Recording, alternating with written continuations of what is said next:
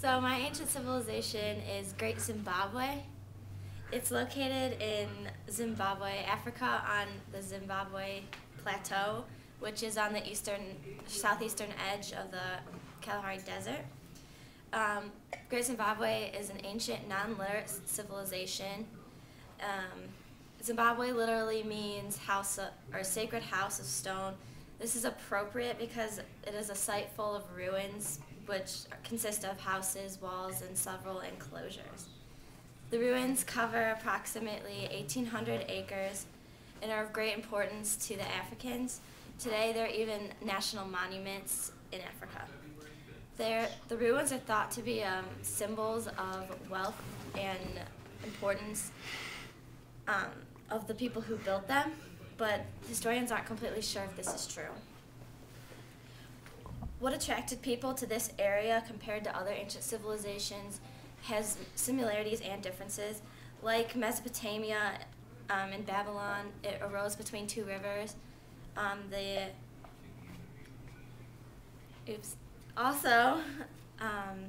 think that what attracted people to this area was that it had more adequate rainfall than surrounding areas, and it had a high content of gold and cattle. Gold and cattle and trade were all the sources of wealth in the society, which gave this society an upper hand over the ones around it. They had pretty much complete control of trade. They would trade with China for Chinese glassware in exchange for copper and gold. At Great Zimbabwe's height, they had anywhere from in between 12 to 20,000 people, and it's considered a metropolis of its time. We know that it was a hierarchical society because of the evidence from the valley ruins, which is a section of the ruins. There's like 5 sets of enclosures within the valley ruins, and it's thought to separate the upper from lower classes. The ruins weren't built as this huge master plan, but it was more built over a span of time from the 12th to 15th century. It's divided into 3 parts: the hill complex, the grid enclosure, and the valley ruins. The hill complex was probably where the king of that time lived. The great enclosure was was basically the surrounding of the whole site, and it's a symbol of the height of the society because it's a great architectural feat. And the valley ruins are where all the residences lived, where the upper class and lower classes lived, but they were divided. So my question is, what does the wall of the great enclosure reveal about the decline of the society? And my artifact is the wall of the great enclosure. This was the biggest architectural masterpiece of this site. It's 912 feet long and 31 feet high. There was art on it. There wasn't a lot of artifacts found, but there were art and decorations found on the walls of this enclosure. It's a stone structure held together by daga, which is a cement-like substance, basically. Its purpose was just to divide the whole site. There was no